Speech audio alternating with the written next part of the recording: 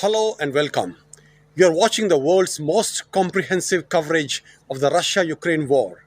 I am Rajesh Pawar, and over the next half an hour, me and my colleagues on the ground will bring you every story from the war zone. Kyiv has waited 20 days and now it's finally happening.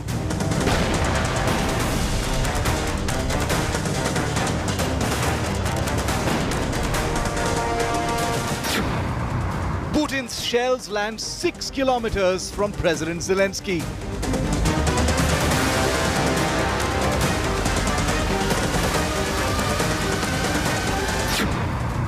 Dramatic escalation in the heart of the Ukrainian capital.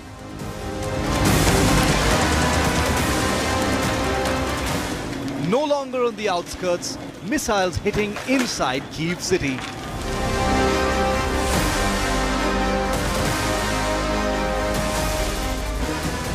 Suburbs smashed, Putin's forces strike the capital. The Russian army is sniffing endgame Zelensky. Is Kyiv about to fall? Dramatic escalation on the day 20 of Russia-Ukraine war. With each passing hour, the Russian troops are inching closer to Kyiv in a bid to capture the city, which is the capital, seat of power, and the crown jewel for Putin. Russian forces are raining missiles on civilian residential areas now. Here is our ground report.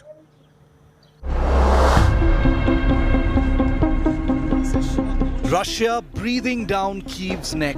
Nearly 3 weeks into this invasion, Russian troops are ready to plot the fall of Ukraine's capital. Russian forces are now hitting at will, targeting crucial landmarks and the residential neighborhoods of what is now a largely deserted city. There is a curfew in Kyiv from tonight onwards.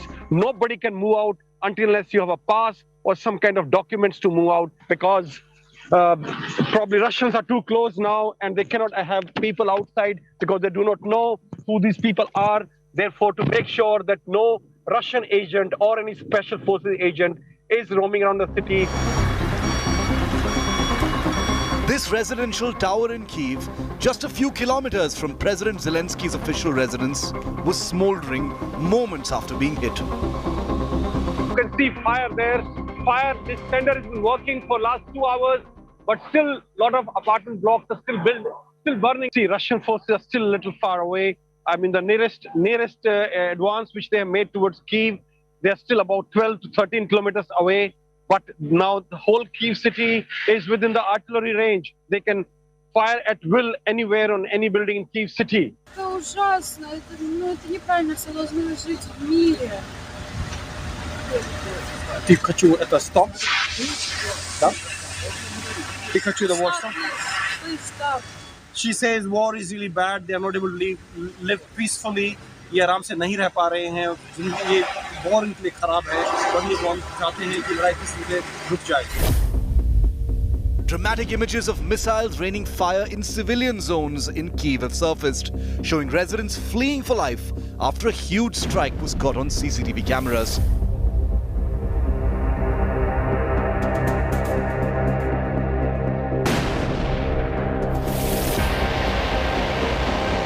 Russian drones were seen pummeling targets around Kyiv. The attack drones taking off from airstrips under Russian control for sorties to pound the capital. On Monday, Russian shelling was also seen at several residential areas, setting them on fire. We never go the knee. We will defend our city. It's our homes. We never think to leave. It's our homes. We defend our children, family, our buildings, our city, and our future of Ukraine. The sprawling Antonov aviation plant saw a huge plume of smoke on Monday and was on fire after being hit in a Russian airstrike on Monday. The punitive daytime strikes come after huge barrages of overnight shelling, which has left raging fires in key suburbs of the deserted city. With every diminishing resistance by the Ukraine army, this phase of the war marks a decisive shift in Russia's favor. With Rajesh Pawar deep inside the war zone of Kyiv, Bureau Report, India Today. Putin is gradually inching close to his enemy number one. Amid the fierce battle of Kyiv, back-to-back, shelling now has started to rock to the heart of the city, which is just only 10 kilometers away from Ukrainian President Zelensky's residence. Take a look at the report. As he walks amidst the tremors of his besieged city, the once distant thunder of the Russian war machine is now closing in and fast.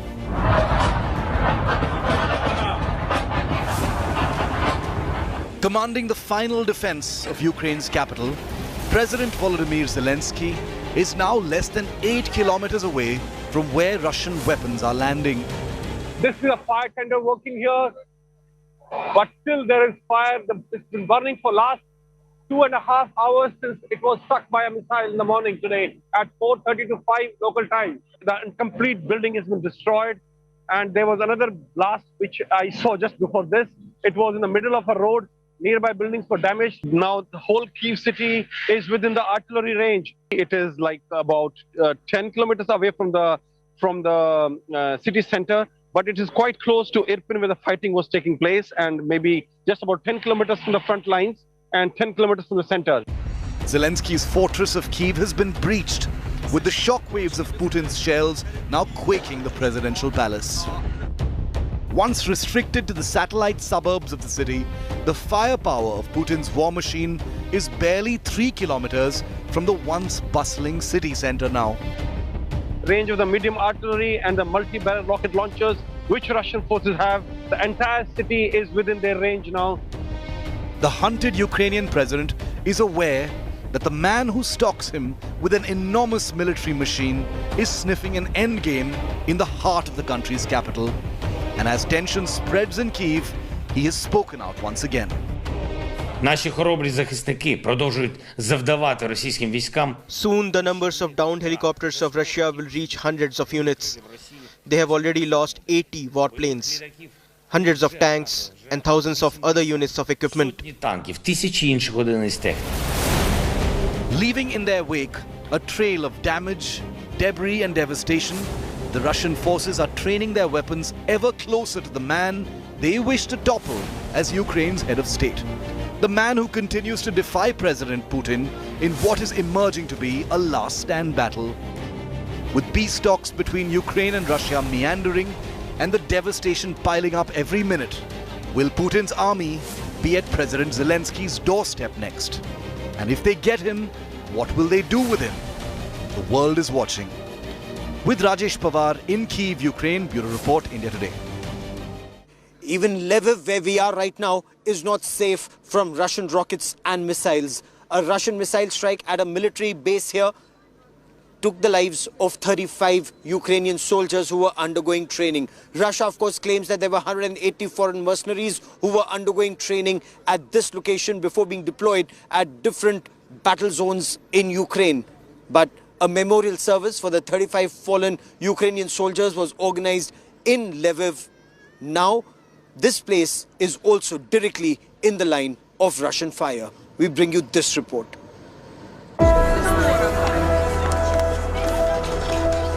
Lviv is the gateway to Poland.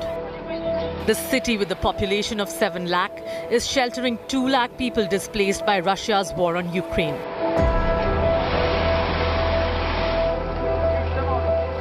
The West Ukrainian city was so far a safe space for the thousands fleeing the relentless Russian attacks in the north and east. But all that changed this Sunday, when Russia fired around 30 cruise missiles at a military base near the city. 35 people were killed in the missile strikes.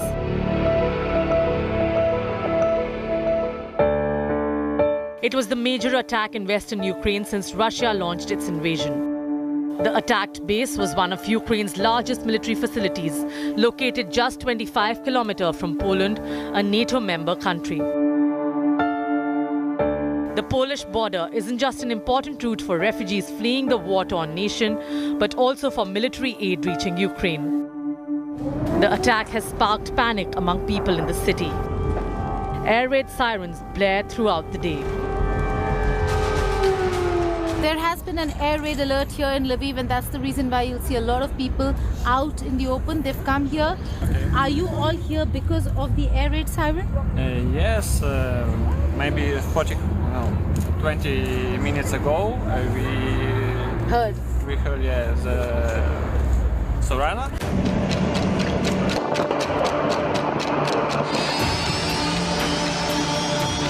While Russia has mostly focused on North and East Ukraine in its first 20 days of war, the missile attack on the Lviv military base shows no city is safe anymore. Now citizens in Lviv are preparing to defend their city against any Russian advance. Largely, look, there was just an air raid siren, and after that air raid siren, everyone was underground. Now they've come up once again. With Geeta Mohan and Gaurav Sawant in Lviv, Bureau Report, India Today. Ukrainians' indomitable spirit is capturing hearts across the world. Admirable tales of resilience. Look at this ground report on how Ukrainians are not just fighting within their own country, but also their nationalism is transcending borders.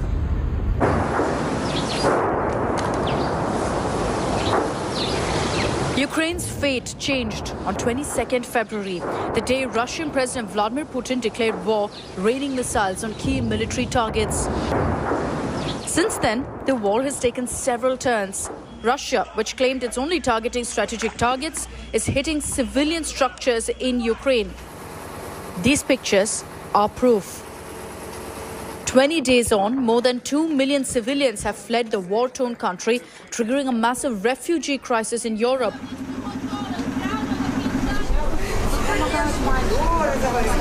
But the spirit of nationalism among Ukrainians transcends borders. Refugees from Ukraine who are in Poland staged a protest, blocking trucks from crossing into Belarus, the neighbor who's hand in glove with Russia. Protesters called for stronger interventions from the European Union. They claimed the trucks and their cargo were not destined for Belarus, but Russia. In the 21st century, in 2022, Russia attacked a neighboring country and we are having a war in the middle of Europe. All we want is that Europe stops financing that war.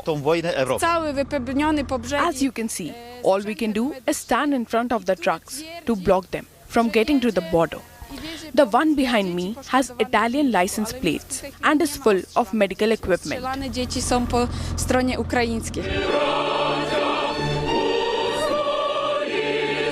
In Ukraine, civilians remain defiant as ever, refusing to concede their motherland to the Russians. People in Odessa, a crucial port city, broke into an enthusiastic rendition of the national anthem as they filled sandbags to be used in defense against the Russian forces. In the last 3 weeks, 40,000 bags of sand have been shifted so far.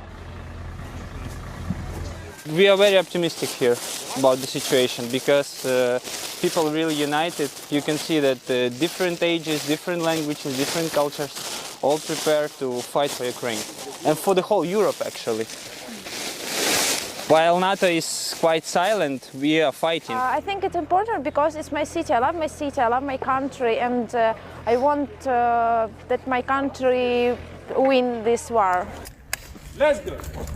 Fighting for their motherland and ready to die, Ukraine's civilians have shown exemplary courage and valor to fight the invaders and keep them out. Bureau Report, India Today. After the break, we will tell you about United States warning China against aiding Russia. The United States of America has warned China after intense talks not to help Moscow in its invasion of Ukraine. Threatening Beijing of global isolation, Washington, D.C. has warned that there could be sanctions on China if it interferes in Ukraine. Here's a report. Tight security outside this hotel in Rome marked the high-stakes diplomacy inside. U.S. National Security Advisor Jake Sullivan pressed Washington's message on a Chinese diplomat, asking Beijing not to take additional actions to support Moscow amid the Russian invasion of Ukraine. The White House described the 7-hour sit-down between Sullivan and Yang Jiechi as intense, reflecting what it called the gravity of the moment. Sullivan warned China of the economic penalties and global isolation it would face if it continues to support Russia in its invasion of Ukraine. White House Press Secretary Jen Psaki. Should they provide military or other assistance that, of course, violates sanctions or supports the war effort, that there will be significant consequences. But in terms of what those specifics look like, we would coordinate with our partners and allies to make that determination. Psaki said the meeting had been scheduled for some time, adding, it was a timely and important moment to have this conversation. It took place as the U.S. told allies in NATO that China had signaled its willingness to provide military and economic aid to Russia to support its war. But China on Monday said reports of such a request from Russia was merely U.S. disinformation. Russia, too, denied it had asked China for military assistance and said it had sufficient military clout to fulfill all of its aims in Ukraine. U.S. officials and allies have tried to make clear to Beijing in recent weeks that siding with Russia could carry consequences for trade flows, development of new technologies, and could expose it to secondary sanctions. China, a key trading partner of Russia, has refused to call Moscow's actions an invasion, although China's President Xi Jinping last week did call for maximum restraint and expressed concern about the impact of Western sanctions on the global economy. That's all we have for now. Me and my colleagues will continue to get you unparalleled stories from the war-torn Ukraine. Thank you for watching.